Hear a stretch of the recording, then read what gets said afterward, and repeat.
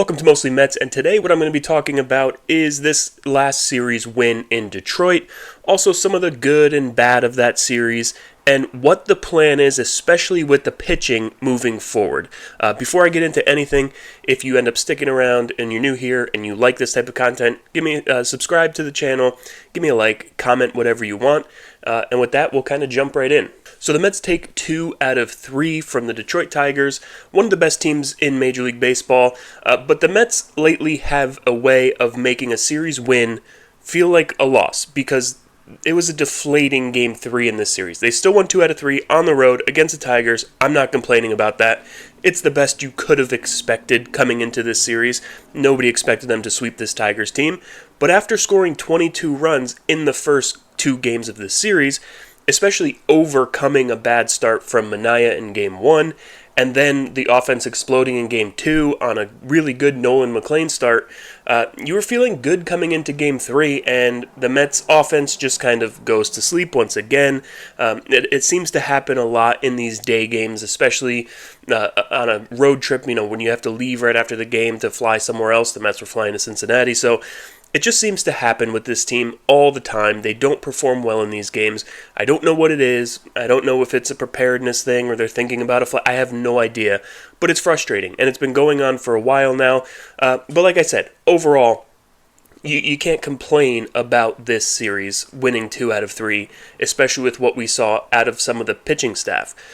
They're now 5.5 games back in the division. That's probably over at this point unless the Mets can somehow sweep a 4-game series with the Phillies and really continue to play well, and maybe the Phillies fall off a little bit. I think the division's kind of over. It's a pipe dream at this point. It's not impossible, but it's very improbable. And now they are up 4 games on not even the Reds anymore, but the San Francisco Giants. They leapfrogged the Reds, and the Mets have a 4-game lead over them, and they're only 1 game back of that second wild card spot, and I think they're 4 or 5 games out of the first wild card spot, so they're pretty handily in a playoff position right now. I don't see them falling out of it. They're going to make the playoffs unless there's some all-time collapse, which you can never count out if you're a Mets fan, but it doesn't seem like this team's going to completely collapse, and there's nobody really behind them that, even though the Giants have won 10 out of their last 11, I don't see them as a great team or a real threat to the Mets for that wild card spot. And the Padres are starting to fall back, so the Padres are starting to lose some games. I think they've lost 4 in a row now.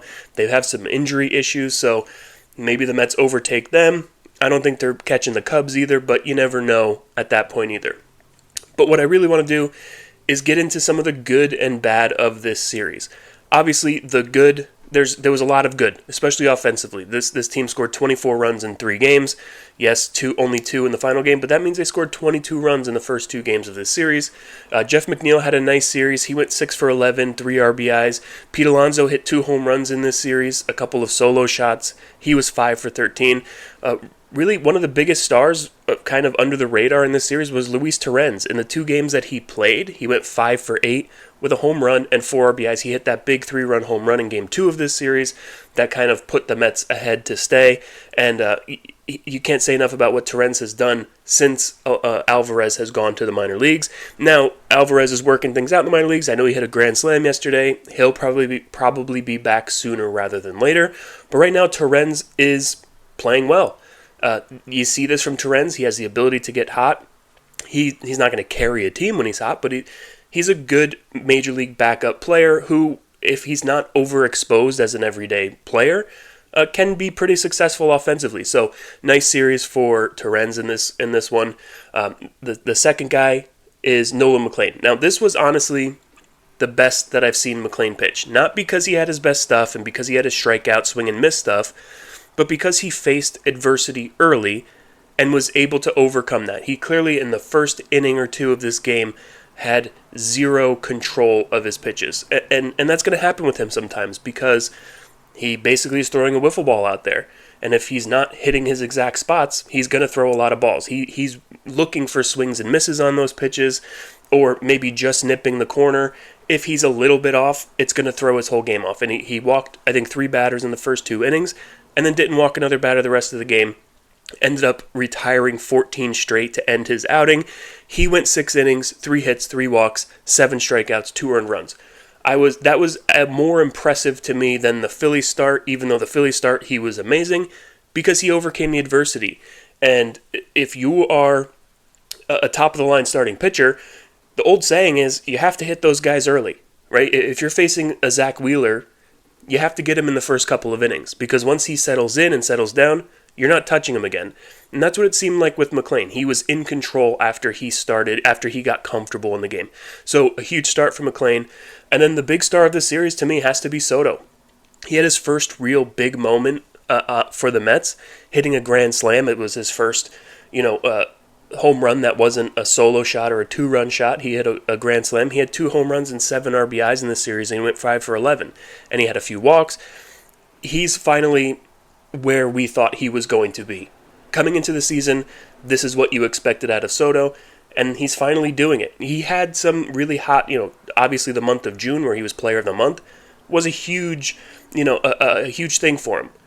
But he hasn't shown that consistency. But now since the beginning of August, he's been as hot as you can be. And I don't even think he's really hot. I think this is just who he really is. So really good to see Soto finally start to wake up. He seems like he's more ingrained with the team now. It seems like he's comfortable finally. And we're only going to go as far as he can take us, along with Pete Alonso and Lindor. And that's because we rely on the offense. Because the pitching still isn't much better, right? We see McLean come up and pitch really well. You see Tong with 1 start. I wasn't overly excited about Tong's start. I know he pitched well, but you could tell he's not really ready. He doesn't have enough to get major league hitters out at the rate that a Nolan McLean does. Nolan McLean to me is a finished product. He's ready to dominate day one. Tong, I think, has a higher ceiling than McLean, but he needs a third pitch. He needs to have an out pitch, a swing and miss pitch at the major league level, and he's just not developed enough yet to have that. Doesn't mean I don't want to see him pitch more, but I just don't think that he's quite ready yet. I think he still needs a little more seasoning. Maybe working with Jeremy Hefner at the major league level helps him.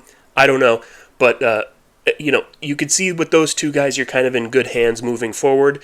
And then you talk about Sproat possibly, but the bad in this series was really some of the pitching.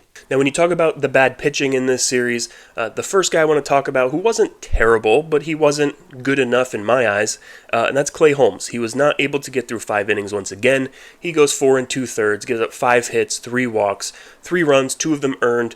The walks are too high. You shouldn't have 3 walks and 4 2/3. He just doesn't have enough command on his pitches, and sometimes it seems like he's trying to make a perfect pitch instead of just pitching to contact, which really is what he should be doing because he's a ground ball pitcher, and you would expect him to try to pitch to more contact, and he's almost trying to paint the corner too much. He's nibbling too much. He's not going after hitters, and I think that's been his downfall. He's walking too many. He gives up a lot of hits too, and he's not able to go deep into games. And I know it wasn't a huge deal in this game not going deep because he didn't really use much of the bullpen the night before, and you had an off day today, but I need to see him go 5 innings. I hate seeing pitchers go less than 5 innings, starting pitchers, and this whole rotation is notorious for that, obviously, all season long.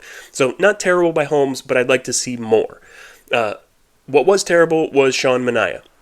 He, once again, cannot go 4 innings. He goes 3 2/3, gives up 8 hits, only 1 walk, but he gives up 5 earned runs, 2 home runs. There's something wrong with Manaea. I know it's the loose body in the elbow, whatever. He's not right. And you can't keep throwing him out there every 5 days and hoping that he figures it out at this point.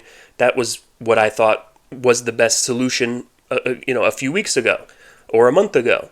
But now it just seems like he's not going to figure it out and he's not going to get there. And this is just a lost season for him. I don't know what the solution is there. Do you bring up a Sproat and piggyback him and maybe he only needs to go 2 or 3 innings? I don't know what the solution is, but Sean Manaea is not right. And we can't just continue to think that he's going to get there because at this point he's not. I don't know what the solution is there, but something has to be done. If he needs to be shut down, if he needs to just say, see you next year, maybe that's the solution. Maybe he needs to go have the loose body removed from his elbow. I know he says after the game he doesn't feel it, doesn't bother him. Something's up. And someone's lying, and it's probably Sean Manaea. It's probably bothering him. I'm not giving up on him for the remainder of the contract, but this year is a lost year for him, and we need to do something to fix that. Now, the worst of this series is everyone's least favorite trade deadline acquisition of all time, and that's Ryan Helsley. Helsley pitched twice in this series, went 1 1/3 innings pitched, gave up 5 hits, a walk, struck out 2, and gave up 4 home runs and an earned run. This guy was traded for to be your lockdown setup guy to Edwin Diaz, and he's given up 14 runs in 11 innings as a Met. It's been a disaster. It's been an utter disaster, Ryan Helsley on this team. He throws 102 miles an hour, but it's in a straight line and everybody ropes it. I've never seen a guy throw so hard that can't get any swing and miss, except for Ryan Stanek. Ryan Stanek's kind of the same way. Another guy who throws over 100 miles an hour and doesn't get any swing and miss. Nobody swings through it. It doesn't happen. I don't know what the deal is. They say he's tipping pitches. They say whatever. I don't care. It's just ridiculous to me that you trade for this guy and give up decent prospects for him. Jesus Baez is a good prospect that they gave up for him. And he can't get an out. He was closing games for the Cardinals. Last year, he was maybe statistically the best reliever in baseball. And then he comes to the Mets and can't get anyone out. Terrible, terrible. And I don't blame Stearns for it. Anyone would have traded for Helsley. If you need a bullpen guy, if you need an eighth inning guy, I think a lot of teams are probably going after Helsley. But it just hasn't worked out. And I don't know what it is. I don't know what they can do to fix it. Now, if we talk about the plan moving forward, because it all comes down to pitching. The offense has finally hit their stride. They're performing really well. They're probably going to get better if and when Francisco Alvarez comes back. I don't see any issues there. You have Siri working his way back, maybe split some time in center field. Maybe you can get rid of Mullins. I don't know if they would DFA him after trading for him, but Mullins has been terrible. Don't want him anywhere near this team. His attitude's bad. He just overall does not look like he wants to be a Met. Does not look like he's enjoying himself. But I don't know what the plan is for Siri once he comes back. But anyway, I've seen a lot of people talk about DFAing Ryan Helsley. And I agree, he's been terrible. He's been awful this season for the Mets, like we just talked about. But they're not DFAing Ryan Helsley. Maybe do they say a phantom IL? 10-day IL trip for Helsley. He goes down to the minor leagues, works things out.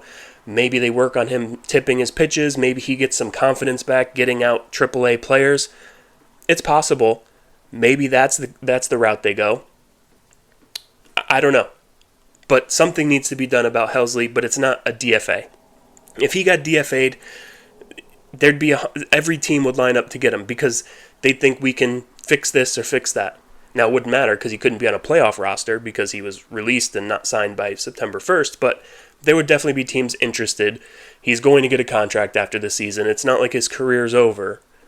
I think you're much better off trying to fix Ryan Helsley with either just sitting him down and not letting him pitch for a while, maybe pitch some simulated games, maybe go down to the minor leagues and play against some kids. I don't know. He just needs his confidence back, and they need to figure out his pitch tipping if he actually is. Oddly enough, yesterday, watching the game, he looked a little bit better. Now, the results weren't there, but his stuff looked a little bit better. I don't know what it is. I don't know why he's struggling, but DFAing him is not going to be the solution here. And also on the pitching side, another guy who's been terrible, obviously, is Senga. And the Mets have spoken about that. Carlos Mendoza has said after the game that they have to figure out what's going on with him. And he's probably not going to make a start. They might skip him in the rotation. And then there was reports that they're waiting on a decision from Senga to see if he'll accept a minor league assignment. Another guy who they obviously need to get right. And he's really important to this Mets rotation. And if he's not right going into the playoffs, you're really relying on a couple of rookies in Mclean and Tong to do something for you. So we don't really know who's starting on Sunday in this series because there was also a report saying that Sproat might come up, or he's under serious discussion of being called up. All right, this is a good time to cut in here because as I'm putting this video together, it is being widely reported that the Mets will be calling up Brandon Sproat to take the start on Sunday, making his Major League debut, and we're going to see, looks like, 3 days in a row, we're going to see Tong, Sproat, and then Mclean, the 3 young guys in this rotation, the future of this rotation we will see in 3 consecutive games. And this is exciting. I think what we have to remember about Brandon Sproat is that before this season started, he was ahead of both Mclean and Tong on most prospect lists. Brandon Sproat kind of fell down the list because after being called up to AAA at the end of last season, he struggled in his last few starts in AAA, and then he started off this season a little rough in AAA as well, but over his last 10 or so starts, he's got an ERA under 2 in AAA, and he's really coming into his own. I think in his last start, he went 7 innings, no runs, he had 9 strikeouts. He looked really good in his last AAA start, which kind of started the process of calling him up, but I think it's important to note that Brandon Sproat probably isn't on the same level as a Nolan McLean or a Jonah Tong. He probably doesn't have the same ceiling. He can be just as good. We don't know. We don't know what these guys are going to be in the major leagues, but as of right now, he's probably the third of those 3 guys, more of a middle to back end of the rotation kind of starter, going forward, but you never know. He could come out and look just as good as McLean. Probably not. He's a hard thrower. He gets it up to, he's pitched 100 miles an hour. He's a hard thrower, but suffers from a little bit of that not a great pitch shape on that fastball. Maybe he gets hit hard on that fastball at times because it's a little straight. But really excited to see the top 3 pitching prospects in the organization go back to back to back, starting this Saturday with Tong, then Sproat, then McLean. So ignore any other mention I have of we don't know who's starting Sunday, and we don't know what this rotation is going to look like, because at least for one turn through, they are going to be skipping Senga and going with Brandon Sproat. But we are waiting on Senga's decision if he's willing to accept a minor league assignment, and there was no real clarity on that. Did the Mets ask him and he said, give me a couple days to think about it? Are they still having discussions, and maybe they've already let him know it's a possibility? But they don't know what they're going to do yet. We don't really know exactly what this Friday decision is. But Senga's clearly not right. Something needs to get done, just like with Helsley, because you need both of these guys at their best to do anything this season in the playoffs. And right now, it doesn't look very likely that either of those guys is going to be right. At this point, I don't know if anything really can be fixed. I don't remember who it was, but there was a football coach, maybe 20 years ago. It might have been Herm Edwards, and he, during a press conference, said, you are what your record says you are. And now we're in September, and the Mets are 10 games over 500. They're a good team. They're 74 and 64. The Mets are a good team. But I think maybe they're just not a great team. I don't know that there is a solution to fix the pitching. So what the Mets are going to have to do if they want to win is kind of what the Dodgers did last year. They're going to have to outslug everyone. And they have the offense that has the capability of doing that, right? Soto's hot. If Alonso can get hot, and Lindor and Nimmo and everyone can get hot at the same time, the Mets can outslug anyone. They can hit more home runs. They can, score more runs. They steal a lot of bases. They have the ability to do that, but that's what they're going to have to do to make any noise this season. They're going to have to outslug, because I don't see this pitching getting any better. Now, can McLean continue to do what he's doing and kind of become an ace? Sure. Can Tong kind of fill that 2 or 3 role for the rest of the season? Yeah.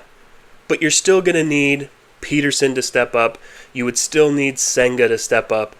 I don't really have any faith that Manaea is really going to step up at this point. I think it's a lost season, like I said, but those guys will have to step up to a certain aspect. They can't give up 7-8 runs every game. They can't go 3 innings. They have to at least keep the Mets in the game. Because as we've seen this whole season, the Mets can outslug, but if they go down 5-0, 6-0 in the first or second inning, they generally don't come back. And they have been lately, but it's kind of in their DNA that they don't. And I don't know that that's going to continue to happen. The offense isn't going to keep scoring 10 or 12 runs every game. The pitching has to go out there and have some games where they give up 5 runs or less. Because if they don't, you're not going to win that many. So, overall, I don't know what you can really plan on doing here, but what needs to happen is they just need to keep outslugging teams. And they need at least some type of production out of guys that they were counting on. If they don't get that, it's going to be tough to see them get hot and really make noise in the playoffs. All right, now what we have coming up next is a chance to bury the Cincinnati Reds. They are now 5 games behind the Mets for the final wild card spot. they are a team that, is kind of a very average team. If you look up and down their roster, their offense, they have a 711 OPS, which is 17th in the league. They have 138 home runs, which is 24th in the league, and they've scored 634 runs, that's 14th. So they're middle of the road, or bottom of the road, or whatever you want to call it, in a lot of the major offensive categories. They're just not a great offensive team. They have a couple of players. They have some guys who can hurt you, no doubt, but they're just not a great overall offensive team. Pitching-wise, again, very middle of the road. They're 15th in ERA at 3.95. By the way, the Mets have finally fallen out of the top 10 in ERA. They were number 1 for a lot of the season, then they were still between 5 and 10, and I think now they're like 12th. They're 13th in ERA, right near kind of where the Reds are. 1.25 whip, it's not bad. They're 11th in the league, and they've given up 166 home runs, which is 17th in the league. By comparison, the Mets have given up 125, I believe, so they have given up about 40 more home runs than the Mets have. Makes sense because they play in a ballpark that's more of a hitter-friendly, home run-friendly park. But yeah, they give up a lot of home runs. They're kind of middle of the road in both offensive and pitching categories. Now, if we look at the pitching matchups in this series, Game 1, we have David Peterson. He has now a 3.6 ERA. He's struggled. 2 of his last 3 starts have not been good. He's having trouble finding the strike zone. He's walking guys. He's giving up hits. He's just not able to get deep into games. He's really struggled in 2 of his last 3 starts. And the one in between, I think he went 6 innings and gave up a couple of runs. It was a good start, an average start for him. But yeah, the other 2 of those 3 have not been good. And he's been like that. He's been consistent all year, but he's had a couple of these stretches where he just can't find the strike zone for a couple of starts. I still have faith that he'll be fine, but he needs to start coming through down the stretch, really ramping up for the postseason, because he's going to be a very important starter for the Mets in the postseason. And he goes up against Abbott for the Reds. He's got a 2.6 ERA this year, a 1.12 whip, so he doesn't give up a lot of hits and walks, and he's given up 15 home runs, so giving up a bunch of home runs. Game number 2, you have Tong making his second career start. I hope we could see a little bit more out of him, maybe see more of that swing and miss kind of stuff. I think there was some nerves in Game 1, and he just needs to develop a third pitch. But overall, I still feel pretty excited to see Tong pitch, just because I want to see what you have in him. And I don't think you're seeing the best of him yet. He's not a finished product like Mclean, but it's still exciting to see a young guy who has a lot of talent come up and pitch in a big spot. And he goes up against Springer for the Reds for about a 4 ERA. He's got 140 strikeouts and 143 innings pitched, so he has some strikeouts, a 1.26 whip, kind of middle-of-the-road pitcher there. And then in Game 3, we don't really know who's pitching for the Mets. If you look at what it says right now, it's Senga. But we've already kind of figured out it's not going to be Senga on Sunday, whether he accepts his demotion to the minor leagues or not. It might be Sproat. We did see that Andy Martino tweet this morning saying that Sproat is under consideration. Maybe it's Sproat that comes up to start, or it's possible that it's Mclean on regular rest since he started it will be 5 days since he last started because of the off day. So we could see Mclean on regular rest on Sunday. I don't love that idea because I'd like to see him pitch against the Phillies again, see how he does second time around with the Phillies in the series after the Reds. But we'll see. So we don't really know who's pitching for the Mets. And then for the Reds, we have Green, 2.7 ERA, a whip under 1, and he's got 101 strikeouts and 83 innings pitched. But he's also given up 12 home runs in those 83 innings. So he's a guy who gets a lot of strikeouts. He can be dominant, but he can also get hit around a little bit. So, it's hard to say at this point who has the pitching matchup advantage in this series because you don't know what you're going to get out of Peterson or Tong, and you don't know who's pitching on Sunday. And the Reds pitchers are kind of, can be dominant, can get hit around. Right now, the Mets offense can hit anyone, so I'm not really worried about the Mets offense versus anyone. It could be the best pitcher in the world. It could be Paul Skeens. I still would trust the Mets offense right now because they're playing that well. I just don't have any faith that the Mets pitching staff is going to do anything, to keep you in games, to do anything for you. So overall, I think this is a series that the Mets should dominate, especially with their power in that ballpark. I think they should hit a lot of home runs. Pete Alonso, I believe, if I remember correctly, hits really well in that ballpark. We'll see what happens there. But overall, this is a chance to really put some space between you and the Reds. And I never really saw the Reds as much of a threat. I don't really see the Giants as much of a threat. I think the Mets are pretty much locked into what they're going to be, which is either the third or second wild card. And that's really how I see this going. So I'd like to see them beat up on a team like the Reds and just put a little distance in between so you don't even have to worry about them anymore. And once again, if you're still here and you like this type of content, please subscribe, hit the like button, comment what you think. Who do you think is going to start for the Mets on Sunday? And what do you think should be their plan going forward with this pitching staff? Do they need Sproat to come up? Should Manaea be shut down? Does Senga and Helsley, could they benefit from some time in the minor leagues? Let me know what you think. And that's all I got. So until next time, let's go Mets.